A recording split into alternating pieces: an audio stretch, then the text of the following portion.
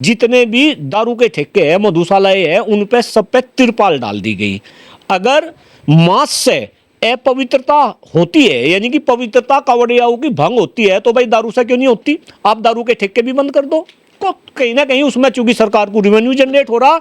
लेकिन भोले भाले लोग, ये हिंदुस्तान की पब्लिक है, कहीं ना कहीं ये सारी बात वो समझ नहीं पा रही। लेकिन वो कहते हैं कि भोले का प्रसाद भी तो है भांग, धतूरा, शराब, ये तो खुली होनी चाहिए दुकानें, ऐसा कहा जाता है। नहीं भाई, वो देखो सबका सोच सोच का फर्क है, मैं तो ऐसा मानता नहीं। ये तो आप ये देखो, जब हम ये तो जो कावड़ लेके जा रहे हैं, मैं किसी कावड़ वाले का इंटरव्यू सुन रहा था, और ये सही भी बात है, जब आप किसी धार्मिक पर्व का हिस्सा बनते हैं तो आपको कहीं ना कहीं आध्यात्मिक अपनी भाषा शैली रखनी पड़ेगी, आध्यात्मिक आपको खान पान रखना पड़ेगा। और अगर आप आध्यात्मिक खान पान की बात कर रहे हैं तो वे तो प्याज और लहसुन तक भी जो है खाना पसंद नहीं करते।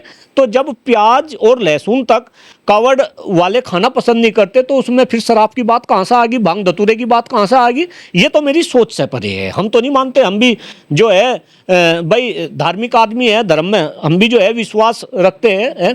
तो ऐसा तो गलत है अगर लोग ऐसा गलत कर रहे हैं, और ये तो कहीं ना कहीं सरकार का एक प्रोपेगेंडा है। आप इस बात को समझो ना कि अगर दारू के ठेके खुल रहे, अगर मधुशालाएं खुल रही, वहां पे अंदर जो है शराब बिक रही, बस तिरपाल ढकने से क्या हो रहा? मेरी तो समझ में यही नहीं आता।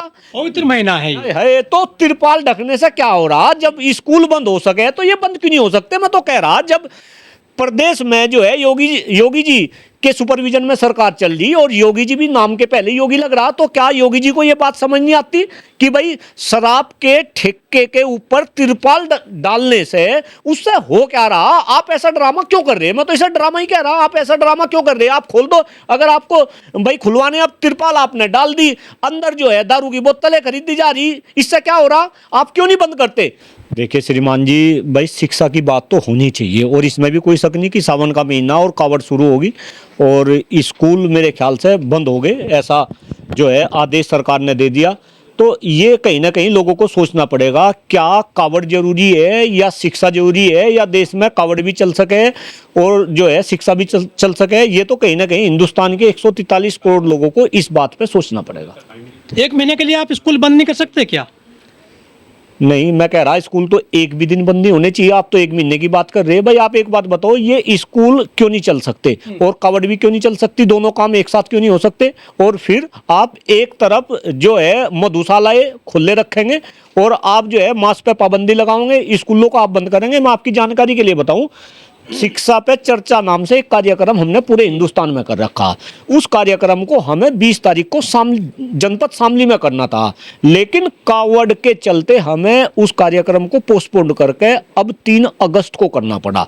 यानी कि इस तरीके का माहौल शामली, मुजफ्फरनगर और खास तौर से जब हरिद्वार से जो ये कावड़ चलती है, 1 महीना का जो समय होता है, भाई इसमें इतना माहौल, मतलब इस तरीके का माहौल हो जाता है कि आप तो कुछ कर ही नहीं सकते, बस कावड़ ही कावड़, कावड़ ही कावड़। ये बात देखो, जब हम छोटे थे, मेरी भी 40 साल की उम्र होगी, बचपन से मैं देख रहा कावड़ चलती आ रही थी। लेकिन पहले ऐसा तो माहौल था नहीं, पहले भी तो लोग कावड़ लेकर आते थे, पहले भी तो सारे काम हो रहे थे। लेकिन इस कावड़ का भी कहीं ना कहीं अब राजनीतिकरण हो गया। तो राजनीतिकरण होने से ही ये सारे काम हो रहे, इस तरीके के जो है डिसीजन लिए जा रहे। एक बड़ा स्टेटमेंट में ये भी दे रहा, मैं ये सुन रहा था कि उत्तराखंड के अंदर जब ये दारू के ठेके सावन के महीने में बंद हो सके, तो भाई यूपी के अंदर क्यों नहीं, यूपी के अंदर बंद क्यों नहीं हो सकते? आप एक धर्म का प्रोपोगंडा करके जनता को कहीं ना कहीं उलझाना चाह रहे हो, और आपने कावड़ यात्रा को भी कहीं ना कहीं ये राजनीतिक यात्रा में जो है तब्दील कर दी। बहुत बड़ा स्टेटमेंट में दे रहा कि इसको आपने राजनीतिक यात्रा में जो है तब्दील कर दी। आप जो है कावड़ियों के ऊपर जो है फूल जो है बरसा रहे। चलो, आप अगर फूल बरसा रहे, दूसरी तरफ आप जो है विद्यालयों को बंद कर रहे। 5000 विद्यालय अभी जो है बंद करने की जो है यूपी सरकार का फरमान आपने सुना होगा। तो कहीं ना कहीं ये अपने आप में बहुत ही बड़ा दुर्भाग्य है। जनता को जागरूक होना पड़ेगा, जनता को समझना पड़ेगा। देखिए श्रीमान जी, ये देश तो शिक्षा के बल पर आगे बढ़ेगा। आपको भीमराव अंबेडकर जी का स्टेटमेंट ध्यान होगा, जो बात कही थी कि भाई शिक्षा वो शेरनी का दूध है, जो पिएगा वही दाढ़ेगा। तो कहीं ना कहीं आप शिक्षा को तो बंद कर दो। और मैं एक बड़ा स्टेटमेंट और बोल रहा, बड़ा पर्व है सर ये, जो कावड़ का पर्व चलता है। एक बात बताओ, पूरी मशीनरी लगी हुई है इसमें। हाँ, तो मैं वही तो कह रहा, पर्व तो सारे ही बड़े हैं। अब यू कावड़ का आगे कुछ और आ जाएगा, फिर कुछ और आ जाएगा। लेकिन ये एक्चुअली तो सनातन की ताकत है सर। नहीं, सनातन की तो मेरी बात सुनो, देखो एक बात गंभीरता से समझे जो मैं बताना चाह रहा। जिस देश की राजनीति में धर्म घुस गया उस देश का बेड़ा गर्क हो गया। धर्म और राजनीति ये दो अलग अलग रास्ते हैं। धर्म को चलाने का काम धार्मिक गुरुओं का है, राजनीति को चलाने का काम नेताओं का है। अब हिंदुस्तान में जो वर्तमान की स्थिति है और खास तौर से जब से केंद्र में भारतीय जनता पार्टी की सरकार बनी तब से इन्होंने राजनीति में धर्म को घुसा दिया। आप समझिए, यानी कि जो धर्म गुरुओं का काम है वो काम भी नेता करने लगे। मैं अभी कुछ समय पहले अयोध्या गया, देखिए कितनी बड़ी बात है। जब मैं अयोध्या गया तो मुझे वो सीन याद आया कि अयोध्या में जब राम मंदिर का उद्घाटन हो रहा था, राम मंदिर का उद्घाटन कितनी विषम परिस्थिति में हुआ। अब तक भी मैं 10 दिन पहले अयोध्या में था, जहां रामलला जी की जो मूर्ति लग रही उस मूर्ति के ऊपर अभी भी जो है थोड़े चल रहे, वहां कम से कम हजारों की संख्या में मजदूर काम कर रहे, यानी कि वो मंदिर अब तक भी कंप्लीट नहीं हुआ। और इन्होंने अपने चूंकि चुनाव आ रहे थे इस वजह से उस मंदिर का उद्घाटन कर दिया। मेरी बात सुनो, तो वहां उद्घाटन भी जो है मोदी जी ने करा। ये बात वहां पे मैंने दिमाग मारी थी, भाई उद्घाटन तो उसे कोई धर्म गुरु करते, वो तो धार्मिक लोगों का काम था। अब उसमें तो राजनेता घुस गए, और जब राजनेता घुस गए धर्म में तो भाई अब तो बेड़ा गर्क है। अब तो कावड़ भी ऐसे ही चलेगी, बम बम बोला ऐसे ही चलेगा, मधुशाला खुलेगी और जो है विद्यालय बंद होंगे। और कहीं ना कहीं मीडिया वाले भी इस बात का जो सरकार कहेगी वही मीडिया वाले कह रहे। आप देखो क्या किसी मीडिया वाले के अंदर ऐसी हिम्मत है कि वो सरकार के इस डिसीजन का विरोध करे और वो ये कहे कि भाई तुमने दारू के ठेके के ऊपर तिरपाल क्यों डलवा रखी, तुम इन्हें बंद क्यों नहीं करते। बस जैसे सरकार ने फरमान जारी कर दिया ऐसे ही मीडिया वाले ताली बजाने लगे और उसी का ही गुणगान करने लगे। इनफैक्ट तारीफ कर रहे कि भाई ऐसे ऐसे देखो पवित्रता जो है इनकी भंगना हो जाए इस वजह से तिरपाल डाल दी। अरे थारे में हिम्मत इतनी क्यों नहीं बची कि तुम कहो कि भाई सरकार इन्हें बंद क्यों नहीं करती। लेकिन कांवड़ यात्रा के दौरान कुछ व्यापार जहाज भी चल रहा है, नाम बदलकर धर्म बदलकर जो है ढाबे चलाए जा रहे हैं, वो धोखा है कांवड़ियों के साथ में उत्तर प्रदेश में। नहीं देखिए, मैं आपको एक बात बताऊं, ढाबे उतार के उनमें चेक किए जा रहे हैं धर्म को। मैं आपको बताऊं, मैं मुजफ्फरनगर से आता हूं, शायद आपको पता होगा। और मुजफ्फरनगर के अंदर खुद मैं अपनी आंखों से देखा, मीनाक्षी चौक करके एक महत्वपूर्ण जगह है। जितने भी कांवड़ यात्री जो आते हैं, जो भोले के भक्त होते हैं, वो मीनाक्षी चौक पे भोले के दर्शन करके तब वे आगे बढ़ते हैं। मैंने तो ऐसा देखा वहाँ जो है मुस्लिम भाई भी शिविर लगा लगा के जो है कांवड़ियों की सेवा करे, ऐसा मैं देखता हूँ। तो आप ऐसे नहीं, मैं फिर कह रहा इसमें तो राजनीति घुसा दी। ये कौन सा तरीका है भाई। आपने सारी की सारी कांवड़ यात्रा को आपने जो है राजनीतिकरण इसका कर दिया। आप राजनीतिक दृष्टि से सारी बात को देख रहे।